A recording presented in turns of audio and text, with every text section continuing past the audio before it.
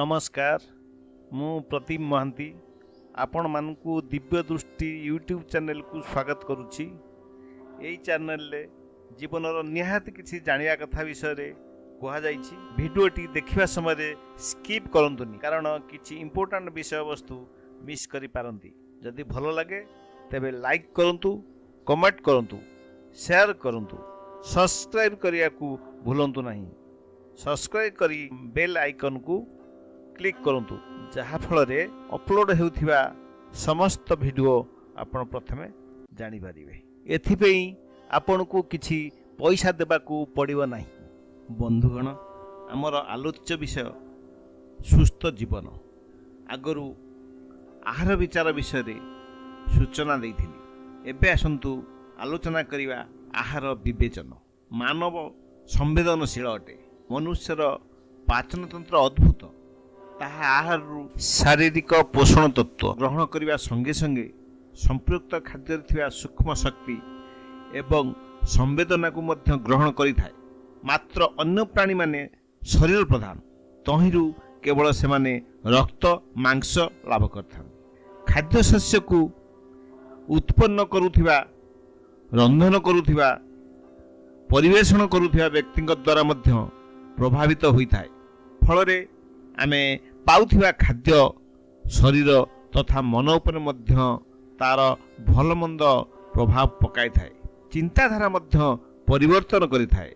स्वभाव मध्य बदलाई दे पारे। खाद्य को तीन भाग विभक्त करा जाइछि, सात्विक, राजसिक और तामसिक। सात्विक सिझी जाइथिबा डाली, चाउल, खिचड़ी आदि, यह संगे सिझा पनीपरिबा, अति कम लुण, लेंबू, अदा व्यवहार करा जाय पारे। आकु छाड़ी देले तेल, घी, भजा, छणा जाइथिबा खाद्य राजसिक और तामसिक। वर्तमान भोजी रे यही प्रकार खाद्य परिवेषण हेउछि। अनेक दिनरु तयारी होइथिबा बिस्कुट, मादक द्रव्य, तमगुण खाद्य। होटेल रे गोटे रोषेई घरे शाकाहारी, मांसाहारी खाद्य प्रस्तुत होइछि। रोषेया अगाधुआ जोता पिंधि खाद्य प्रस्तुत करे एवं महिला हाथ रे परिवेषण करे। सेठार बासन कुसन केबे शुद्धि नुहे। सेठारे प्रस्तुत खाद्य कुसंस्कार युक्त। बासन, आसन इत्यादि भल रूपे सफा हो नथिबारु पूर्वरु खाइथिबा लोकर कुसंस्कार रोग निज पाखु आसीथाय। प्रत्येक प्राणी आहार को स्थूल रूपे ग्रहण करती। मनुष्य स्वाद निमंते अभक्ष्य को भक्ष्य करिया पे बहुत ओलट पालट करछि। रंधन विद्या नाम रे होटेल ठारू आरंभ करी घर गुड़िकार मध्य मान्यता पाइबार लागिछि। एहा द्वारा खाद्य पदार्थर अधिकांश गुण नष्ट हो जाए। यह स्वादिष्ट निश्चय हुए।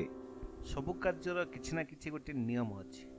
मने करंतु रोषेई हो, तरकारी होउछि, तरकारी रे केतेबेले को पनीपरिया पड़िबो, केतेबेले लुण पड़िबो, केतेबेले हळदी पड़िबो, केतेबेले फुटण फुटा हबो इत्यादि इत्यादि। रास्ता रे गला बेले केमदी चलिबा तार भी नियम अछि। से भली खाद्यर मध्य किछि नियम अछि एवं से नियम को मानिबा बहुत सहज एवं पालन करिया भी आउरी सहज। किंतु अभ्यास रे पड़ी गले हेला। तेणु अभ्यास पड़िया पई आमको किछि प्रचेष्टा करिया पड़िबो, जहा द्वारा कि आमे सुस्थ एवं निरोग हेई रही परिबा। लोभरे अनावश्यक खाद्य खाई हो जाए। अधिक खाइबा द्वारा हजम हुए नहीं। अधिक पाचक रसर आवश्यक हुए, किंतु यह तो सीमित। फल हजम न होई खाद्य गुड़िक सड़िबा को लागे। शरीर सबुआड़े खेली जाती। शरीर सबुआड़े खेली जाए। फल ज्वर, शोथ, व्यथा, व्रण आदि रूपे प्रकट हुए। एणु अजीर्ण ए सब रोगर कारण। पेट उपरे अधिक भार देवार कारण केवल स्वादिष्ट खाद्य। स्वाद लालसार खाई जाऊ।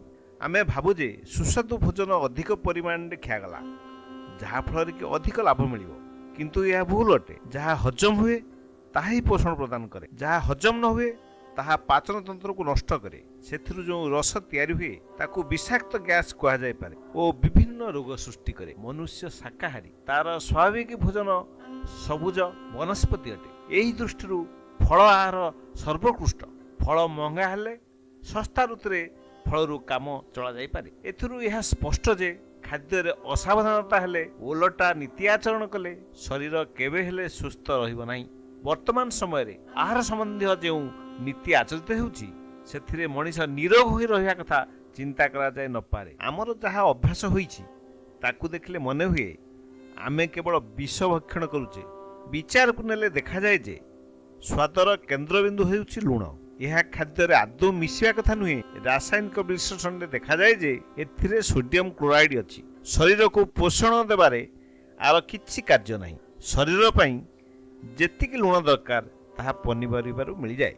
ମନୁଷ୍ୟ ଲବଣ ବିନା ଗୋଟିଏ ହେଲେ ଗୁଣ୍ଡା ଖାଇପାରିବ ନାହିଁ। ମସଲା ସମ୍ବନ୍ଧୀୟ ମଧ୍ୟ ସେଇ କଥା। ମସଲା ଖାଦ୍ୟ ପେଟକୁ କେବଳ ଉତ୍ତେଜିତ କରନ୍ତି। ଏଗୁଡ଼ିକ ଖାଇବା ଗୋଟିଏ ନିଶା ଭଳି ଅଭ୍ୟାସରେ ପରିଣତ ହୋଇଗଲାଣି। ଅଧିକ ଖାଇଲେ ଅଧିକ ବଳ ହେବ, ମନୁଷ୍ୟ ମୁଣ୍ଡରେ ଜମାଟ ବାନ୍ଧିଛି এই କଥାଟା। ଏହା କିନ୍ତୁ ବାସ୍ତବରେ ସମ୍ପୂର୍ଣ୍ଣ ବିପରୀତ ଅଟେ। ପାକସ୍ଥଳୀ ଏପରି ଭାବେ ଗଠିତ ଯେ ପେଟ ଅଧପୂର୍ଣ୍ଣ ହୋଇଗଲେ ତାହା ଠିକ୍ ରୂପେ କାର୍ଯ୍ୟ କରେ, ଠିକ୍ ରୂପେ ହଜମ କ୍ରିୟା ସମ୍ପାଦନ କରିପାରେ। ସୀମିତ ରସସ୍ରାବ ହେଉଥିବାରୁ ତାହା ସୀମିତ ଖାଦ୍ୟ ହଜମ କରିପାରେ। ଅତ୍ୟଧିକ ଭୋଜନରେ ରସସ୍ରାବ ଘଟିବାରେ ବାଧା ଆସେ ଓ ତାହା ସହଜରେ ହଜମ ହୁଏ ନାହିଁ। ଫଳରେ ଅଜୀର୍ଣ୍ଣ ହୁଏ ଓ ରୋଗ ଉତ୍ପନ୍ନ କରେ। ଚିନିକୁ ଧଳା ବିଷ ବୋଲି କୁହାଯାଏ। ତାହା କ୍ୟାଲସିୟମ ବାହାର କରିନେବା ପରେ ଦାନ୍ତ, ଦାନ୍ତମୂଳ, ଅସ୍ଥି ଆଦି ପକ୍ଷରେ ଅତ୍ୟନ୍ତ କ୍ଷତିକାରକ ହୋଇଥାଏ। ଏହାଦ୍ୱାରା ମଧୁମେହ, ରକ୍ତଚାପ, ଯକୃତ ରୋଗ, କୃମି ରୋଗ ଆଦି ଉତ୍ପନ୍ନ ହୁଏ। ଖାଦ୍ୟରୁ ଚିନି ବାଦ ଦେଲେ ସେଥିରୁ ମୁକ୍ତି ମିଳିଥାଏ। ଆଜି ଯେଉଁ ରୀତିରେ ଖିଆଯାଉଛି ତାହା ଅଭିଶାପ ସଦୃଶ। ଭୁଲ ବାଟରେ ଯାଉଛେ ବୋଲି ଜାଣିଲେ ଯାତ୍ରୀ ଯେମିତି ଫେରିଆସେ ଏବଂ ଠିକ୍ ବାଟରେ ଯାଇ ତାର ନିର୍ଦ୍ଦିଷ୍ଟ